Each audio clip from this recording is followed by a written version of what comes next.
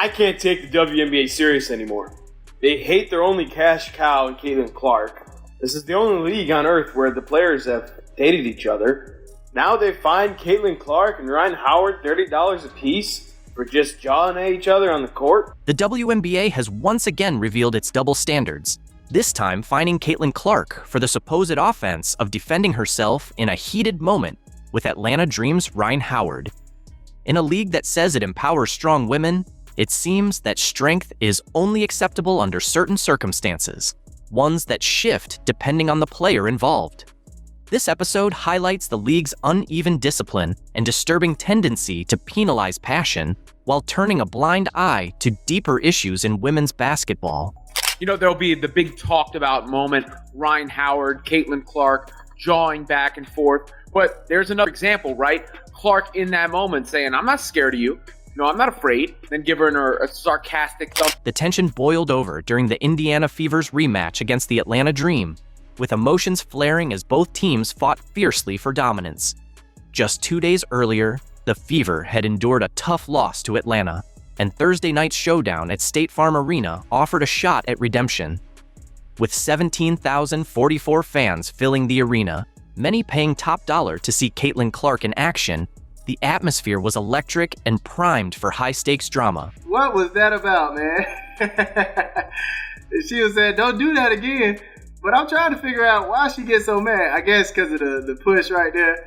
Kind of like a get off me a little bit. But she's holding it right there. Look at the hand checking, right?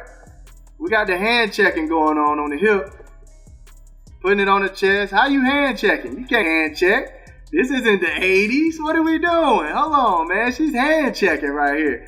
Then Caitlin trying to get by, right? But her hand's still there. What unfolded was both a showcase of elite basketball and a telling snapshot of the WNBA's current political landscape. In Indiana's hard-fought 81-76 win, Caitlin Clark squared off in a tense moment with Atlanta's Ryan Howard.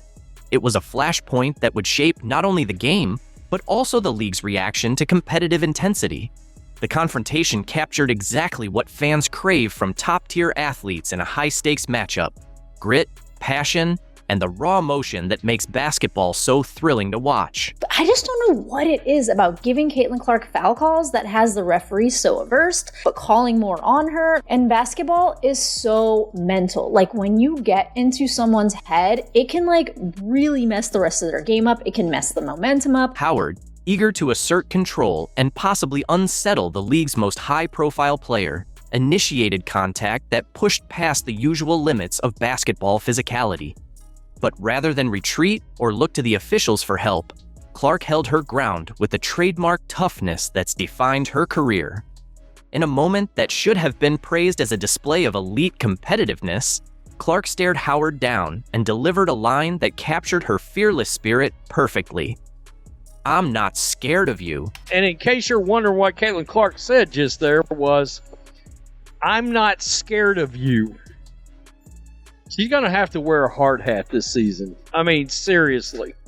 The league is going to try to take her out in every game. The crowd roared in response to this raw display of competitive spirit, exactly the kind of energy that makes professional sports must-watch entertainment. This was basketball in its purest form.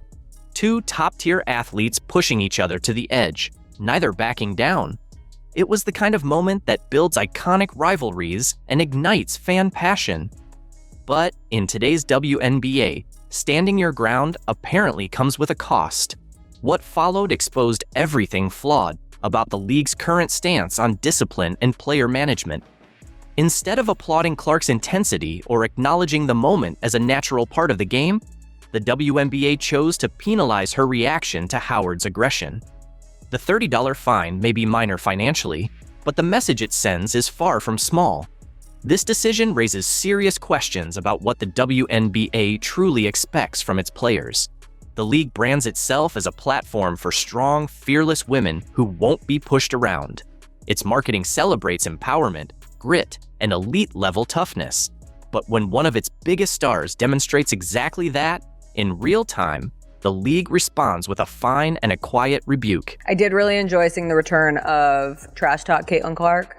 because sometimes people forget, like, it's a fun little extra add-on of her game. She and Ryan Howard got into it a bit early, where Ryan Howard was like, "You're in Atlanta," and Caitlin was like, Timing of this punishment speaks volumes.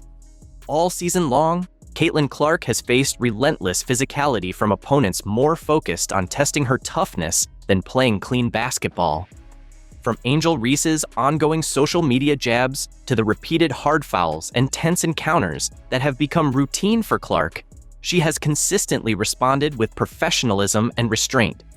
Yet the moment she finally asserts herself, choosing words over retaliation, the league decides she's crossed some arbitrary line. This kind of selective enforcement sets a troubling precedent for how the WNBA treats competitive fire. The league seems content to let months of social media sniping, passive-aggressive comments, and orchestrated drama play out unchecked. Players are free to throw shade, post cryptic digs, and subtly chip away at each other's reputations with no pushback. But when one player delivers a direct, honest statement in the middle of a high-intensity game, that's what earns a fine. Now fans are petitioning for the All-Star game to not be held in Indiana because it's clearly not safe. There's a petition for Dave Portnoy to never be able to attend WNBA games. There is a petition for Caitlin Clark to be arrested. I'm not joking when I say this. Arrested. This is something that has also gone viral on social media. And I'm only bringing this up because the WNBA pays attention to what's going on social media. So if they're paying attention to it, I'm following what the league is saying. Like what the precedents that the league is setting, I'm following that because I'm covering the league. If they're going to pay attention to viral things on social media, I guess we have to. The most concerning part of this situation isn't the fine itself. It's what the fine symbolizes in the larger picture of WNBA discipline. The league has shown a clear pattern of inconsistent enforcement, where the consequences seem more influenced by which players are involved than by the nature of the incidents. This double standard creates a two-tiered system that erodes trust and sends mixed signals about what kind of behavior is actually acceptable. Take, for example, the stark difference in how the league responded to Clark's straightforward in-game exchange with Howard compared to its handling of other ongoing issues. Angel Reese has spent months waging what amounts to a sustained campaign against Clark, using social media to rehash old plays and stir up drama. Despite this being a persistent distraction, there's been no fine, no warning, and seemingly no concern from league leadership about how this behavior reflects on the WNBA. The message is loud and clear.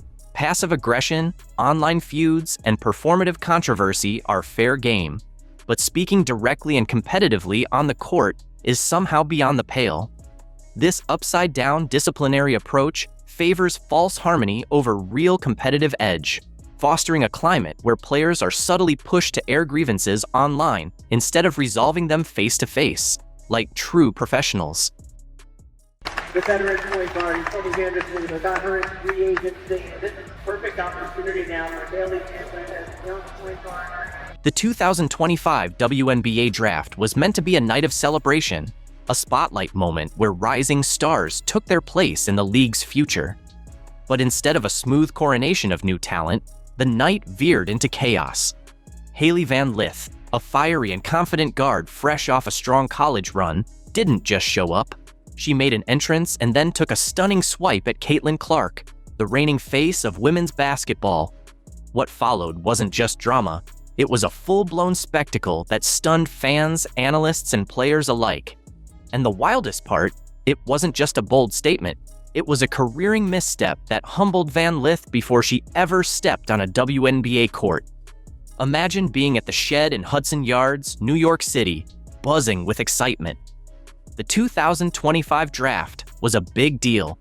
Riding the wave of a record-breaking year for the WNBA, Caitlin Clark, the Indiana Fever superstar, had transformed the league in her rookie season, drawing massive crowds, spiking TV ratings, and landing lucrative broadcast deals.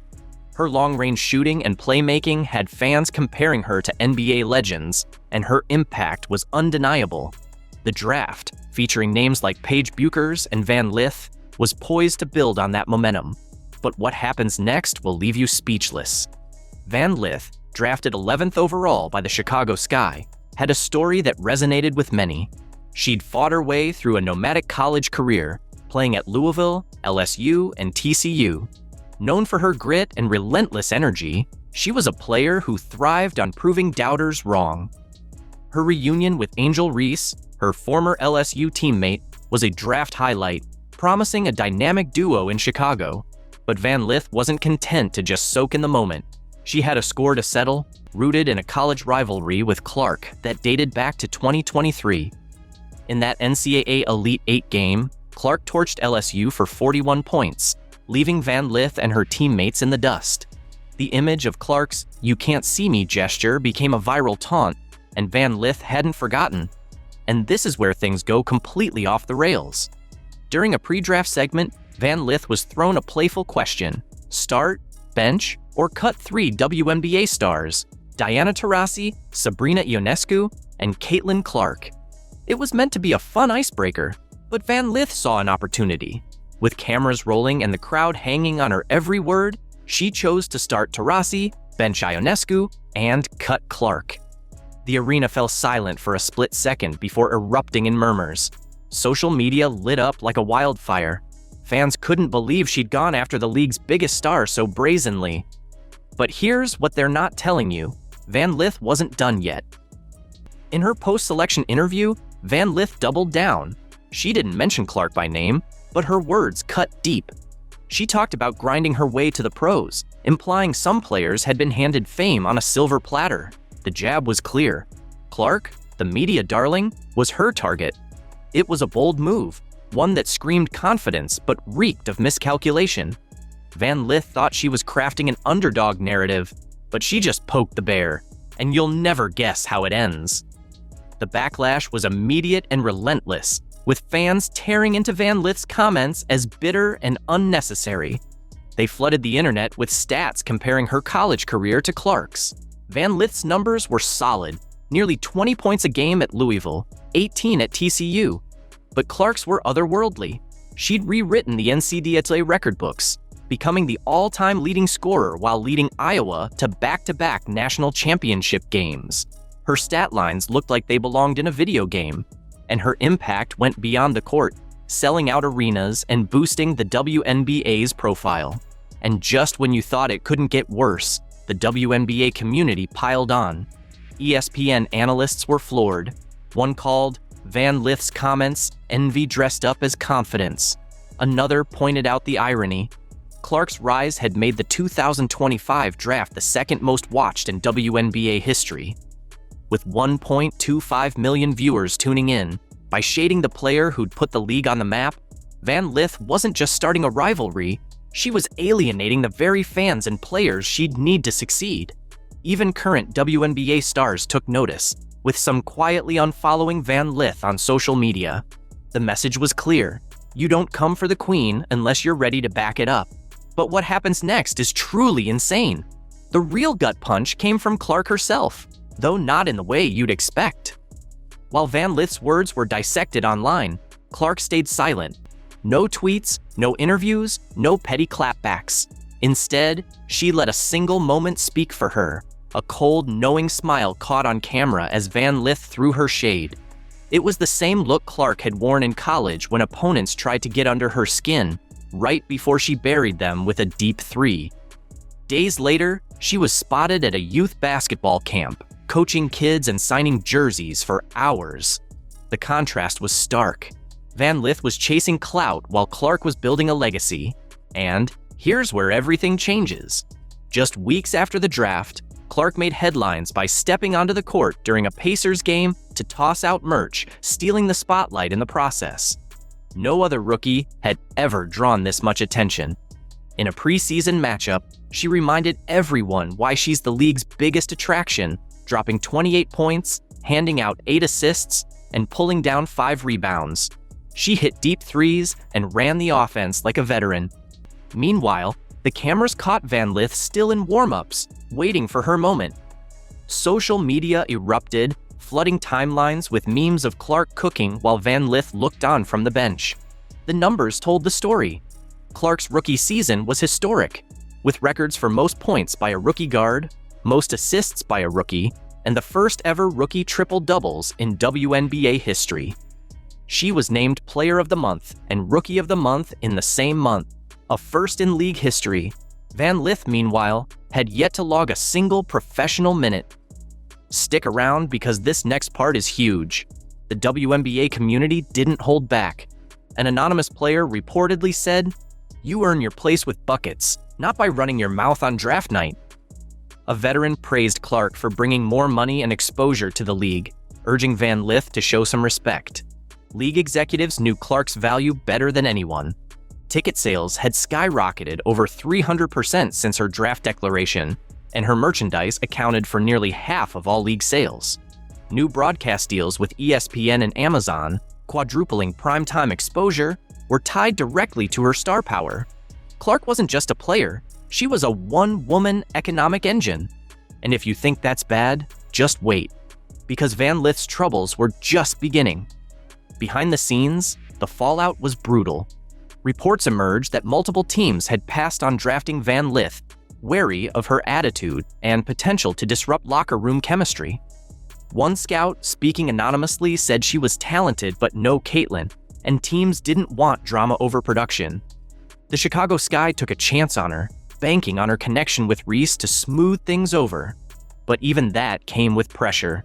Reese had navigated her own rivalry with Clark, learning to share the spotlight. Van Lith, it seemed, was still chasing it. And the final twist? It's something no one expected. The WNBA season opener pits the Sky against Clark's Fever, and it's already the most anticipated game of the year. For Van Lith, it's a chance to prove her words weren't empty. But the pressure is crushing. Every missed shot, every turnover, every moment she's on the court will be compared to Clark's performance.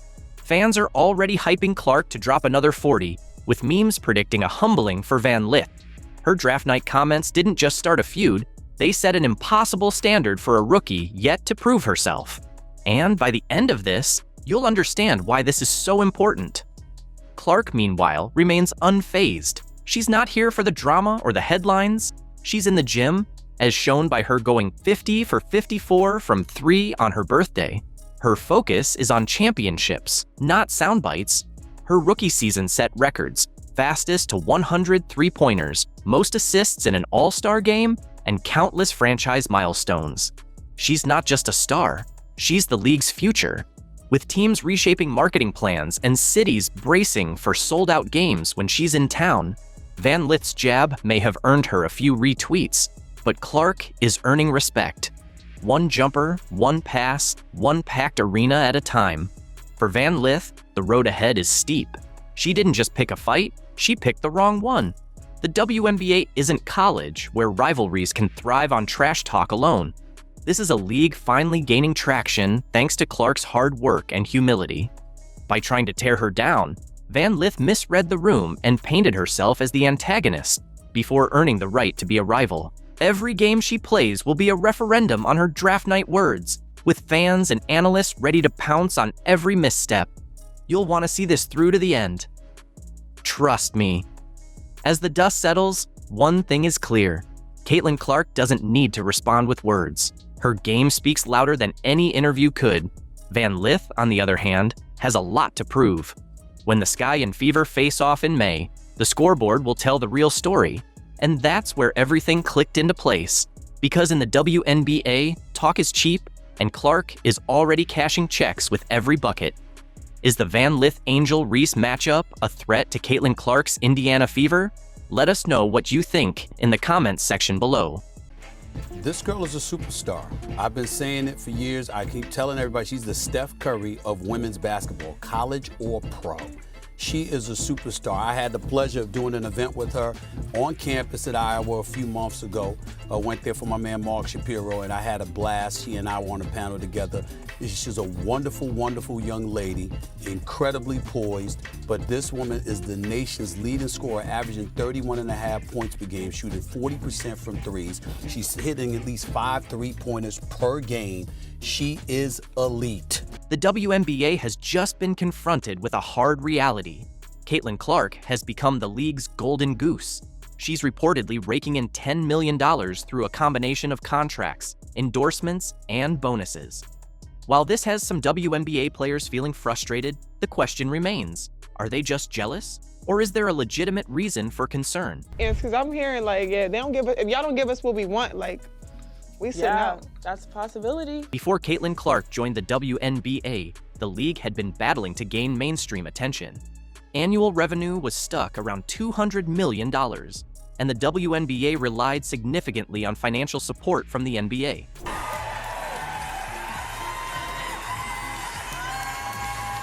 Well, Caitlin Clark hugging her family, her brothers, Blake and Colin, her father Brent, her mother Ann, and heading to the podium. She is officially a member of the Indiana Fever after has decorated a collegiate career. On average, WNBA games saw around 6,500 fans in attendance, while merchandise sales were just a fraction of what the NBA generated, leaving the league mostly out of the spotlight.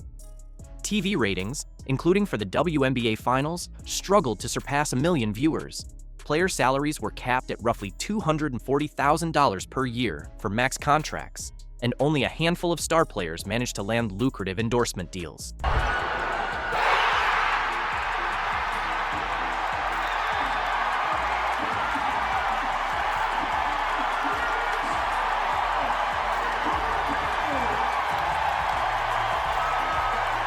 In short, the league was just scraping by with NBA subsidies, not thriving. Then Caitlin Clark entered the picture. The moment she declared for the draft, WNBA numbers exploded. The draft itself saw a record-breaking 2.45 million viewers, making it the most watched in history. The Indiana Fever saw their ticket sales soar by more than 400%, with their home opener selling out in no time. Even road games featuring Clark quickly sold out.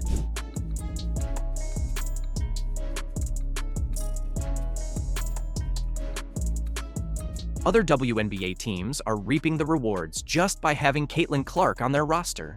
Merchandise sales skyrocketed, with Clark's jerseys flying off the shelves, making her the top-selling rookie in WNBA history. As for TV ratings, the Indiana Fever's preseason game against the Dallas Wings even outperformed NBA playoff games on ESPN. Time winding down. Are they going to get the ball up in time? Clark for the win! She does it time and time again, the 40-piece, and walks off with the W. Listen, logo threes, it's her signature. That is the most Caitlin Clark way to win a game. Caitlin Clark has turned around every metric the WNBA once struggled with. Some players have voiced frustration, questioning why Caitlin is earning so much while veteran stars aren't seeing similar pay. But let's be honest, Caitlin Clark is likely the reason WNBA players are finally on track for the pay raises they've long fought for.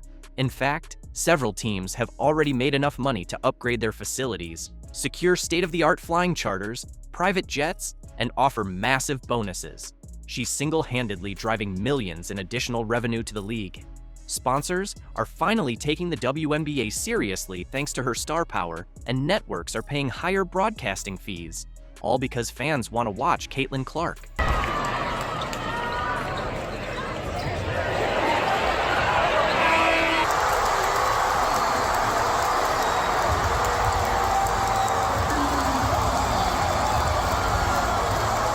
Let's not lose sight of the bigger picture.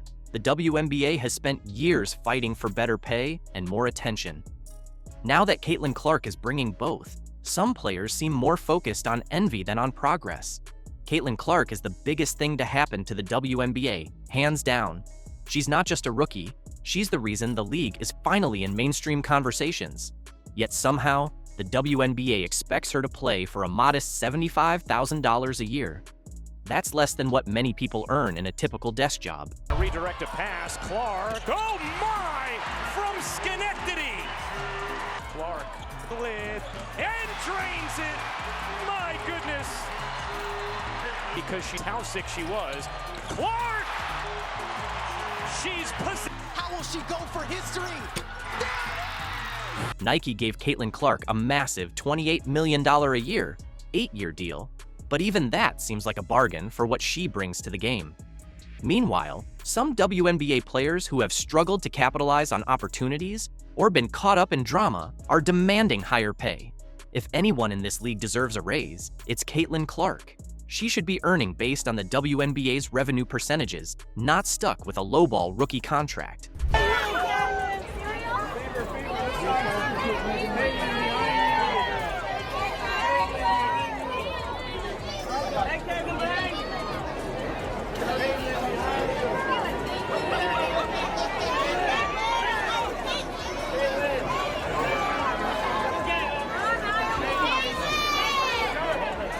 Let's put this into perspective. WNBA veterans like Aja Wilson, who've been in the league for years, haven't been able to generate the kind of buzz Caitlin Clark has. Yet, she earns around $240,000 per year. Caitlin Clark, the biggest star the WNBA has ever seen, is playing on a rookie salary of just $75,000. The league has never seen a player like her. Every time she hits the court, she breaks records, fills arenas, and takes the sport to new heights. And yet, despite all her achievements, there are still people trying to discredit her. It's gonna be that easy. So will Caitlin Clark be a good pro? Absolutely. Will Caitlin Clark come into the WNBA and do what she's doing right now? Immediately? Absolutely not. Not gonna happen. Okay. Not on the right. Some WNBA players and media voices have tried every angle to downplay Caitlin Clark's success. They've called her overrated and even suggested she only gets attention because she's white. But here's the flaw in that argument. There have been plenty of white WNBA players before Caitlin Clark, and none of them made the same kind of impact. So, what makes Caitlin Clark different? If her popularity was purely about race, then why didn't the WNBA experience a surge when players like Sue Bird, Diana Taurasi, or Sabrina Ionescu were in their prime? They were all incredible talents, white players who never drew the kind of attention Caitlin Clark has.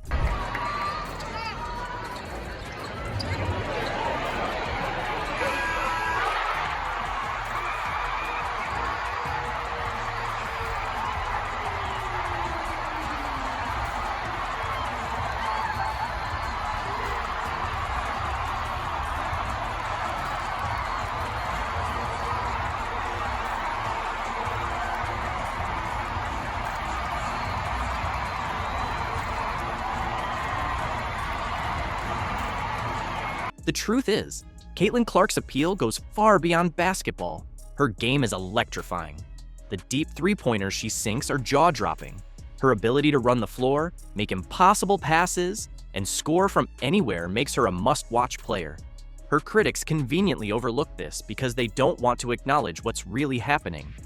Caitlin Clark isn't just good, she's revolutionary, and it's not limited to basketball. Caitlin Clark's influence stretches beyond sports.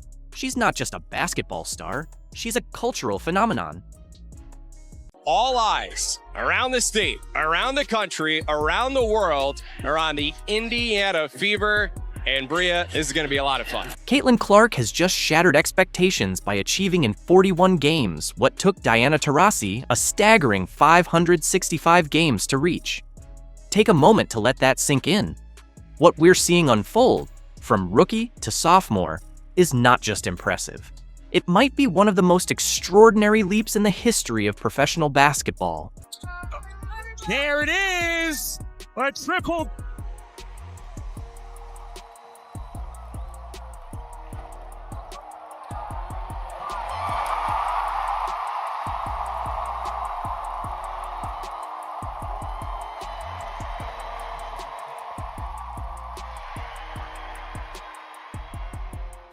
Everyone's buzzing about Caitlin Clark's triple-double, but that was just the tip of the iceberg.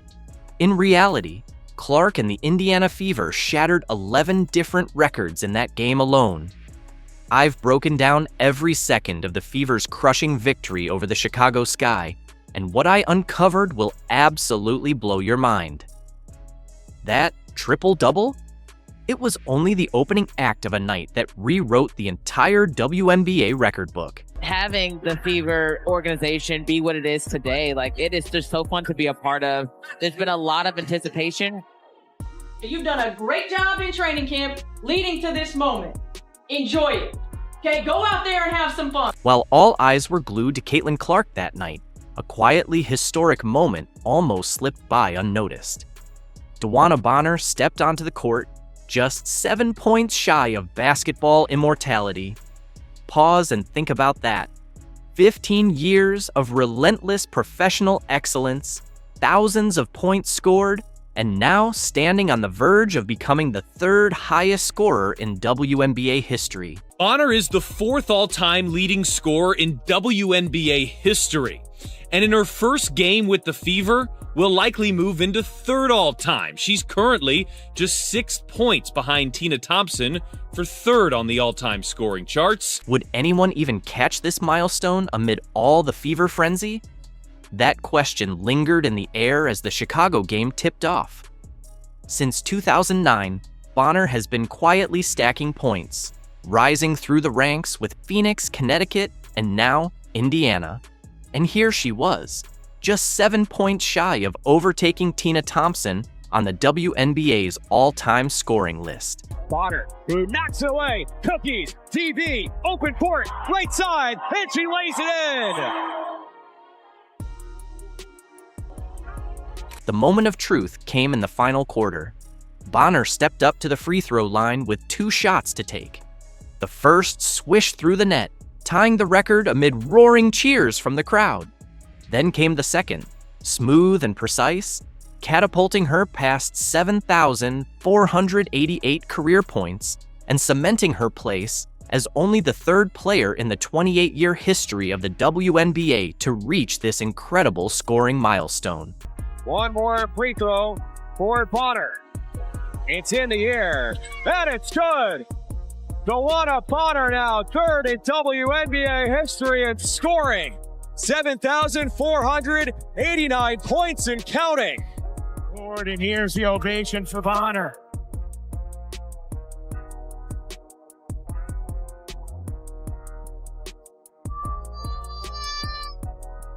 What makes Bonner's milestone even more remarkable is the way she's reshaped the Fever's culture. This isn't just an aging star chasing personal glory. She's a 6-time All-Star, 2-time champion, and the heartbeat of a young team hungry for a winning blueprint. When Bonner speaks in the locker room, rising stars like Clark, Boston, Kelsey Mitchell, and Lexi Hull hang on every word. You know, DB is somebody that, you know, is a Hall of Famer, like a legend, not only a good basketball player, a great person, a great leader. You know, the strongest voice in our locker room is hers. And it's fun to have been around here now for about a month just to get to learn from her and soak it in. And I'm really happy she got to do it at the free throw line and all the fans could go crazy and cheer for her because she certainly deserved that moment. And it was really awesome to see and be a part of. The Indiana crowd rose to their feet as the PA announcer proudly announced Bonner's milestone. It was a powerful reminder that even in an age of viral highlights and rising young stars, true greatness that spans decades still commands respect. Bonner's ascent to become the third all-time leading scorer wasn't just a personal triumph, it set the stage for a night packed with record-smashing performances. With only Tina Charles ahead at 7,696 points, Bonner now eyes the second spot on the all-time scoring list. But as monumental as her achievement was, the night was far from over. Another Fever star was ready to show why Indiana's future shines with such fierce promise. Remember when skeptics doubted Aaliyah Boston's ability to dominate, especially against fellow South Carolina alum Camila Cardoso, who towers at 6 feet 7 inches? Those doubts were crushed in the most emphatic way imaginable during the showdown with the Chicago Sky. All right, y'all. Hey, good stuff. Okay, we did a lot of really good things. I thought our defense was really good, and when we had lapses, we played through possessions. All right, so we made things happen. Y'all, overall, just hell of an effort. Boston came into her third season with a chip on her shoulder. She wasn't just aiming to be a great player, she was determined to cement herself as a franchise cornerstone alongside Clark, forging the dynamic duo set to drive Indiana's success for the next decade. The foundation of something truly special was taking shape in Indianapolis. The Chicago frontcourt, however, arrived full of confidence. Angel Reese had spent the week boldly declaring she'd dominate the paint against Boston. Through Instagram posts, press conferences, even warm-ups, Reese was loud and clear.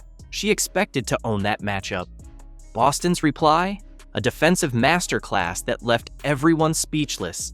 5 thunderous blocks sent sky shots sailing into the stands, igniting the crowd and forcing fans out of their seats, eyes locked on the scoreboard. Every time Reese rose for a shot, Boston was there, waiting, ready, unyielding. That defensive dominance propelled Boston to 6th place on the Fever's all-time blocks leaderboard, a testament to her rising impact on both ends of the floor.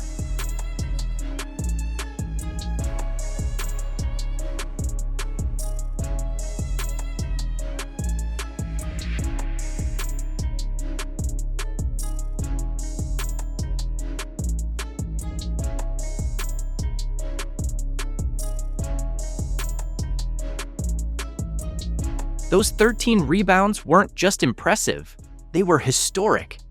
In only her 3rd season, Boston vaulted into 8th place on the Fever's all-time rebounding list. Think about that. Decades of players have battled on the boards for Indiana, and she's already among the franchise's elite top 10. Combine that with 19 points and 5 blocks, and Boston stepped into truly rarefied air.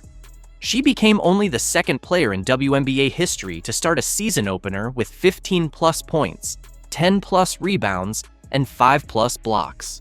The first being Natasha Howard back in 2014.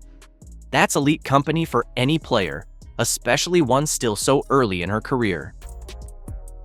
Yes, great job of those long arms of the Leah Boston here, going up multiple times and then... Clark to Boston connection was flawless all night long.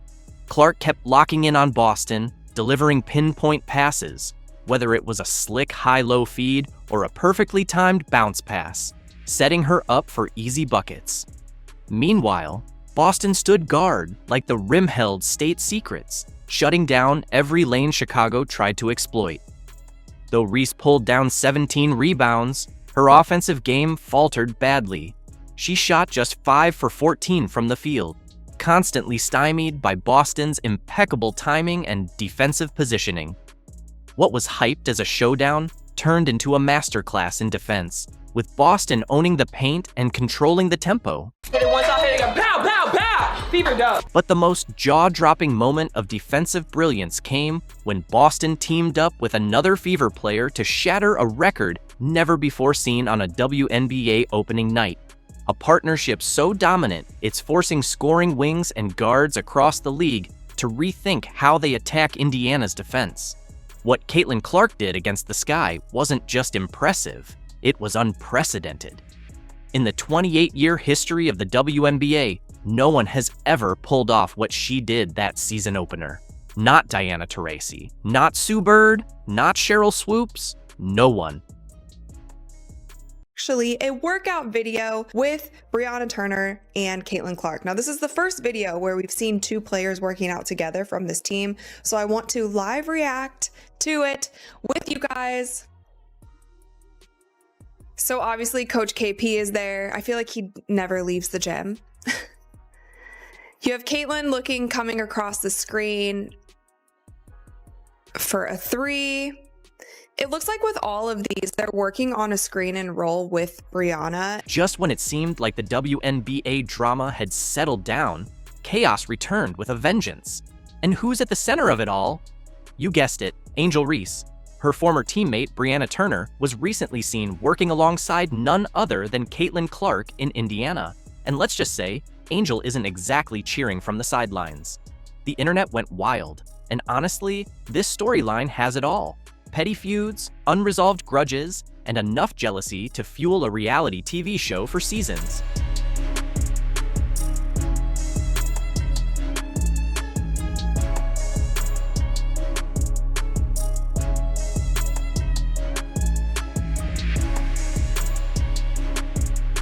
Brianna Turner has officially separated herself from the drama and ego surrounding Angel Reese, and she's doing it with finesse by teaming up with Caitlin Clark. Let's be honest, it's like leaving a chaotic house party and stepping into a peaceful luxury spa. The difference in energy is clear. Suddenly, Turner is thriving. Who would have thought? Choosing professionalism and skill over the noise and distractions seems to be the winning move. So, Lads, it's looking like the Indiana Fever have signed a perfect player to have beside Caitlin Clark, Aaliyah Boston, Kelsey Mitchell, Dwana Bonner, Tasha Howard, Sophie Cunningham, Lexi Hull.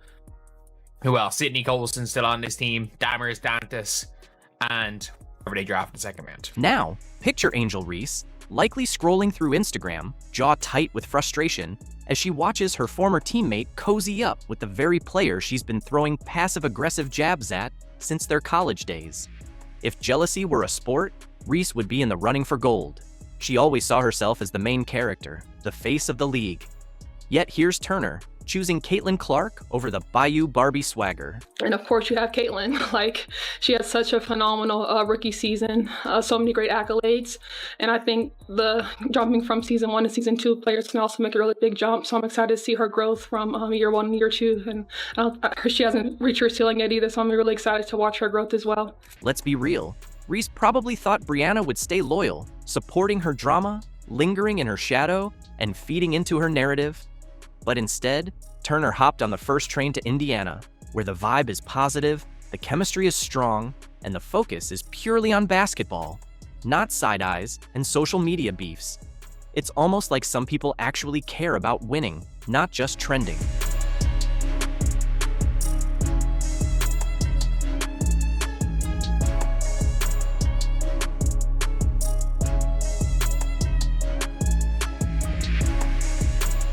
Watching Caitlin and Brianna hit the gym together wasn't just heartwarming, it was telling. It highlighted who's focused on the game and who's focused on the drama. Their workout was smooth, intense, and team-oriented. You could feel the chemistry.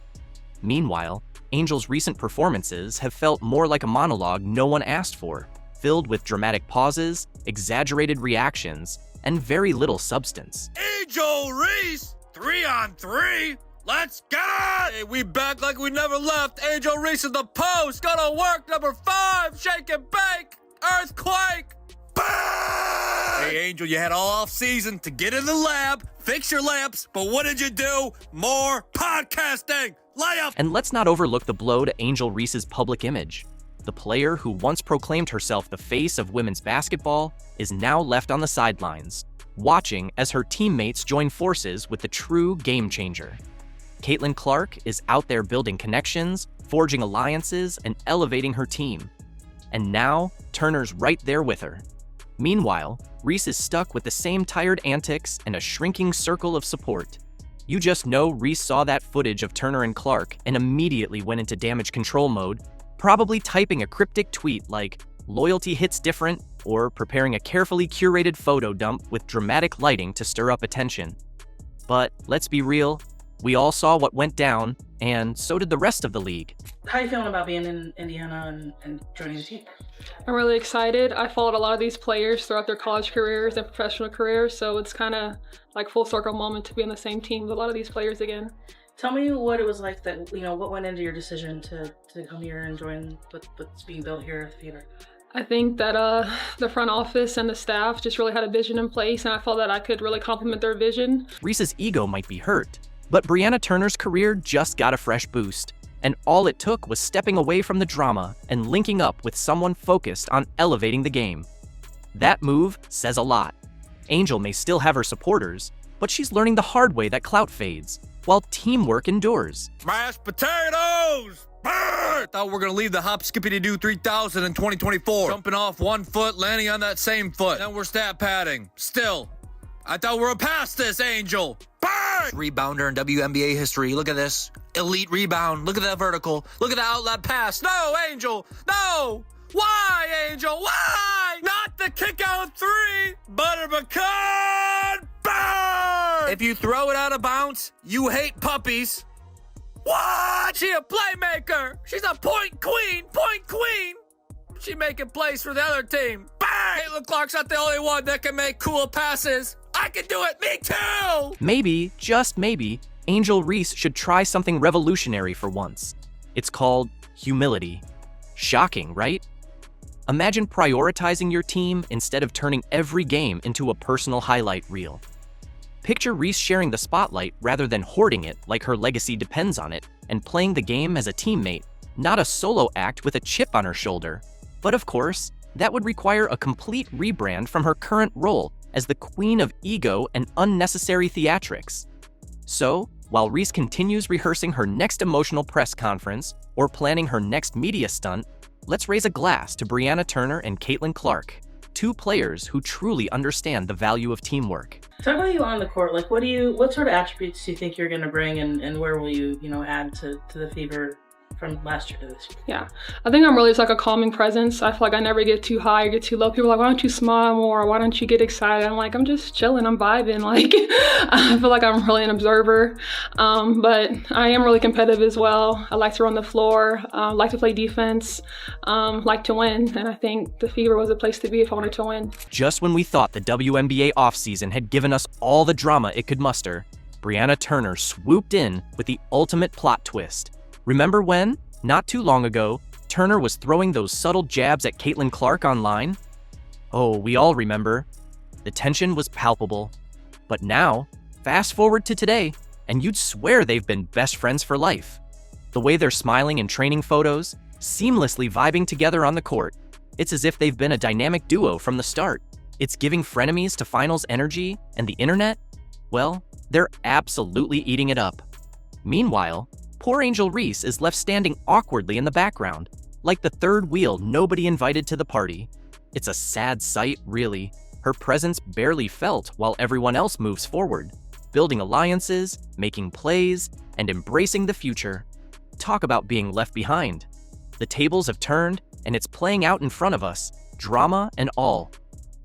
Indiana Fever preseason has officially come, and it has officially gone. The Indiana Fever did finish the WNBA preseason undefeated. Caitlin Clark is launching shots from ranges that seem almost illegal for a basketball court, while Lexi Hull continues to carve out a reputation as the Fever's go-to weapon in crunch time. As one insider put it, I think Caitlin Clark may have even extended her range. She's making those deep shots look effortless. The Indiana Fever close out the preseason 3-0, victory against the Mystics, victory against the Brazilian national team, and another victory this afternoon against the Atlanta Dream. In their final preseason matchup, the Fever wrapped up an undefeated 3-0 run, but not without some tense moments. A concerning injury to a core player and unexpected remarks from their Atlanta Dream rivals added drama to the win. From standout performances to surprising twists, here's the full breakdown of how Indiana closed out their perfect preseason in Atlanta. When I watch the Fever, even when they're not at their best, one thing I can't help but think is that they're just going to run teams off the floor and destroy them with their firepower. They just have so many players that can beat you and can score. And, Duana Bonner didn't even start this game. Sophie Cunningham started in her place. Did you know Caitlin Clark was nearly sidelined for the Fever's final preseason game? Less than 24 hours before tip-off against the Atlanta Dream, Fever fans were anxiously refreshing their social media feeds, desperate for updates. The reason? Clark had collided with a practice player during the team's final workout, striking the same leg that had already been strained. The news took everyone by surprise. They're just doing a drill, and if you're looking what happens here. Caitlin Clark pulls up. Caitlin Clark pulls up immediately. And a lot of people are saying that it's not the end of the world. Picture the scene.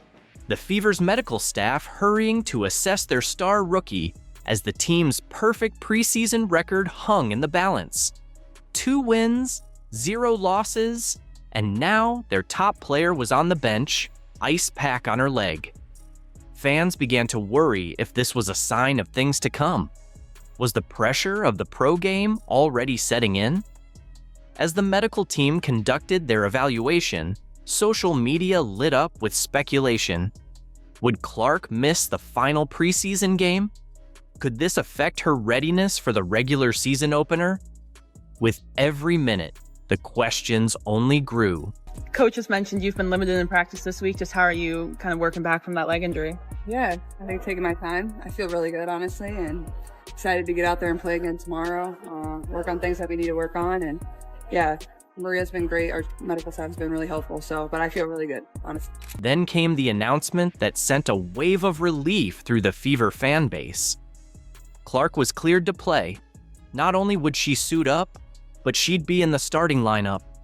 Just like that, the injury scare faded into the background, becoming a footnote instead of the headline. There's no reason to overdo anything right now. It's been the beginning of the season. Still don't play here for another week, the last 2 days have been really, really good for myself. You know what started? What caused it to get her? I don't. Probably just a little too much basketball. I think, I love being in the gym, but I think understanding when to be in the gym and, when to recover and things like that. So I think just finding a balance and obviously just getting back into the swing of things. But yeah, it was nothing major or anything like that. From the opening moments, it was obvious Clark wasn't holding back. She fired off shots from distances that left defenders looking powerless. WNBA analyst Robin Lundberg of Sports Illustrated took to X with a bold observation. I think Caitlin Clark may have even increased her range. She is shooting the deep ones like they are nothing. Guards it.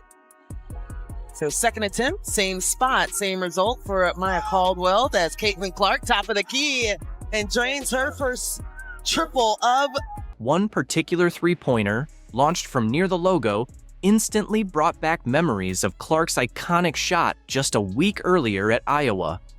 Atlanta's defenders could do little more than watch as the ball soared high and splashed cleanly through the net. This wasn't just a rookie easing into the pro game.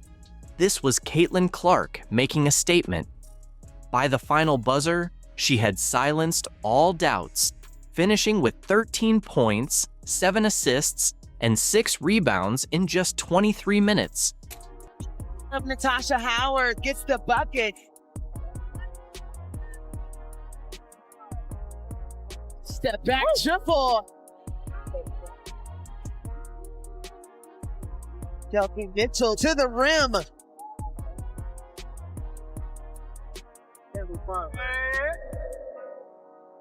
Well, that's Caitlin Clark, top of the key, and drains her triple.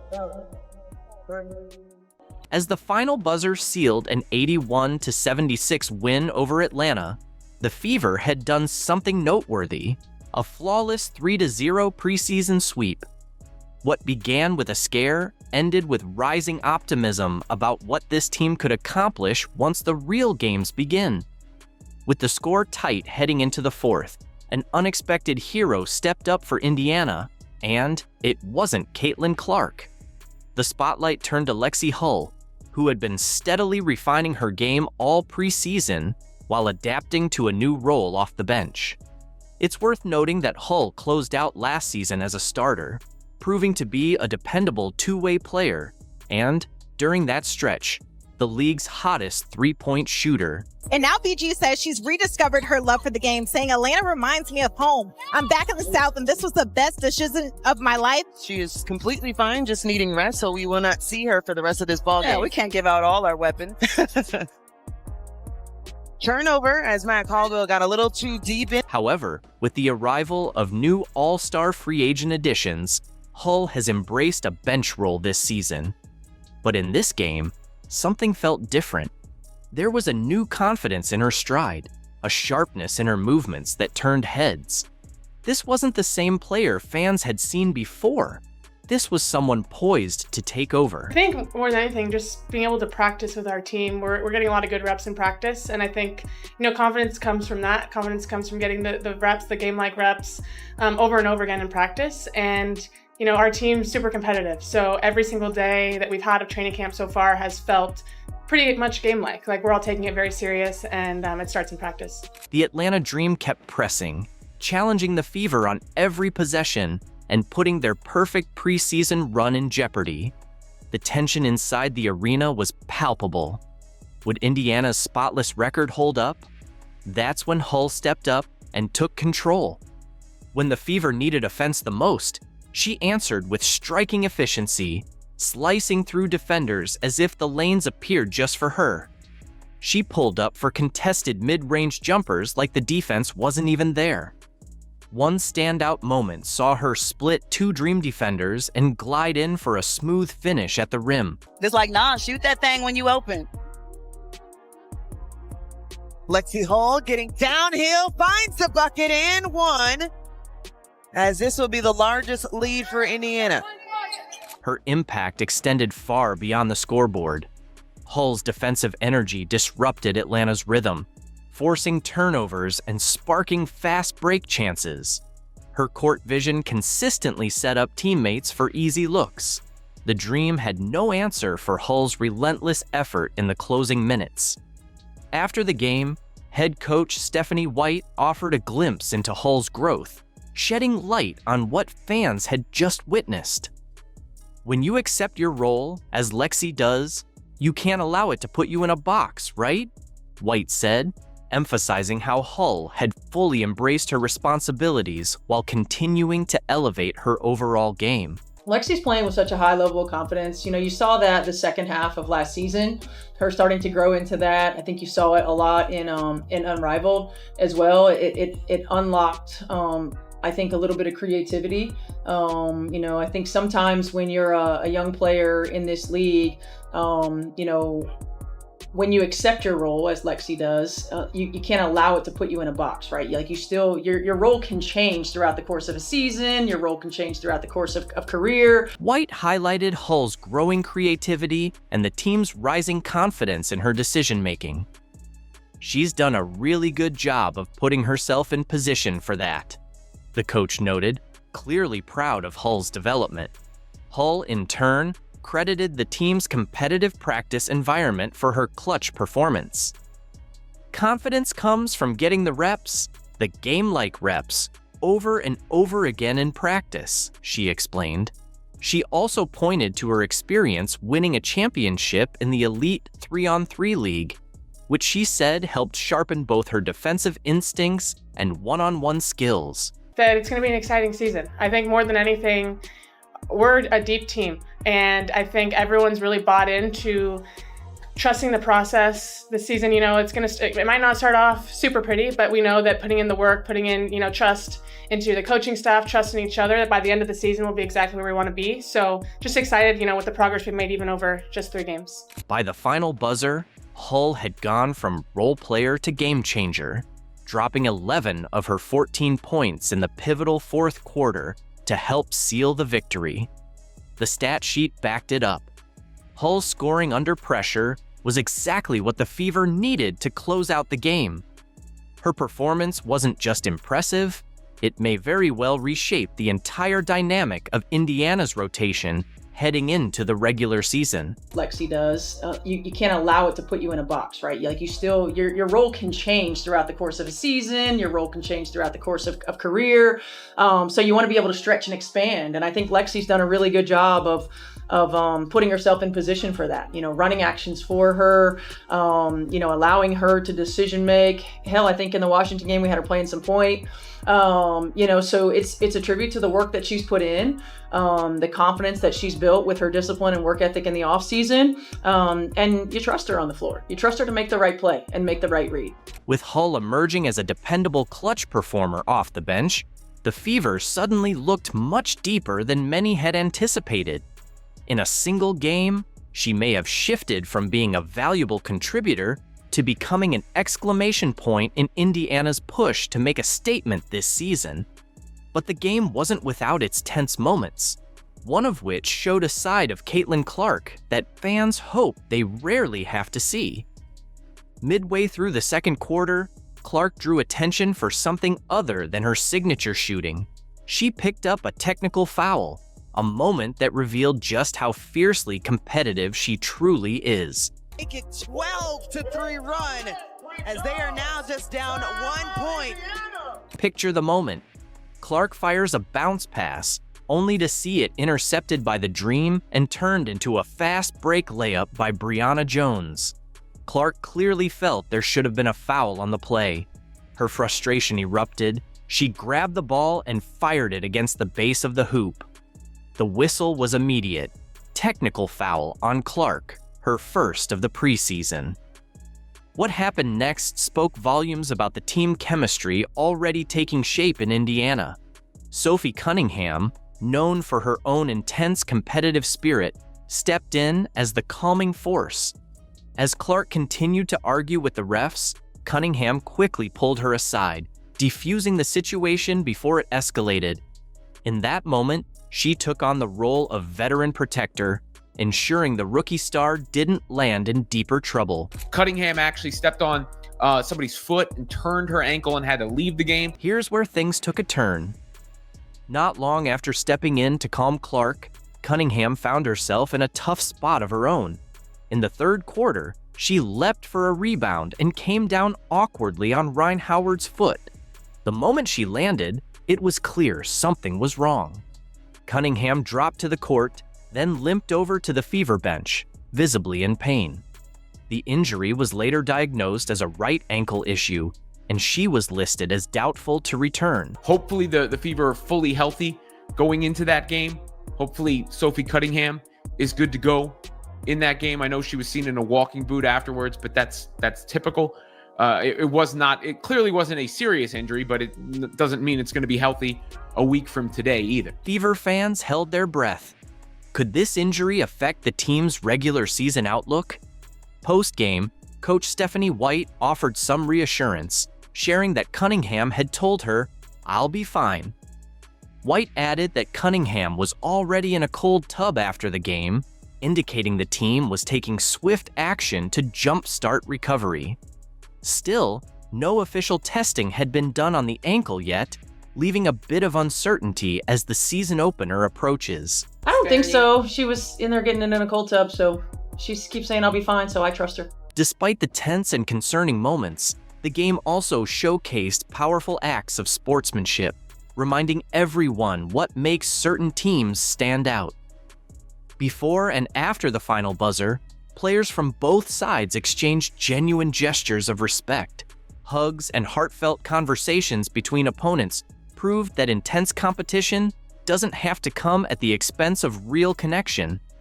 One especially meaningful moment, captured on camera, came between Caitlin Clark and Brittany Griner. Though the two stars spent little time on the court together, they shared a warm embrace after the game. Fans took notice, with one commenting, "Great respect from Clark and Griner." These subtle exchanges play a big role in shaping the culture of the league. The technical foul on Clark revealed more than just frustration. It showed the depth of her competitive fire and the strength of the Fever's team chemistry. We saw a rookie who refuses to back down, surrounded by veterans who know how to guide that intensity. At the same time, Cunningham's injury left fans wondering whether she'll be available for the season opener against Chicago. We did a better job of taking care of the ball in the second half. I was disappointed that we had 10 first half turnovers. A lot of them were trying to force things that just weren't there. I didn't feel like we were patient enough to get into our offense. So we did a better job of taking care of the ball. I always love when we have a high assist to made field goal ratio. I think we're going to find a lot of success when that happens for us. Quality depth, they came in and made impact, no doubt. And being able to, hold the team to 34% from the field.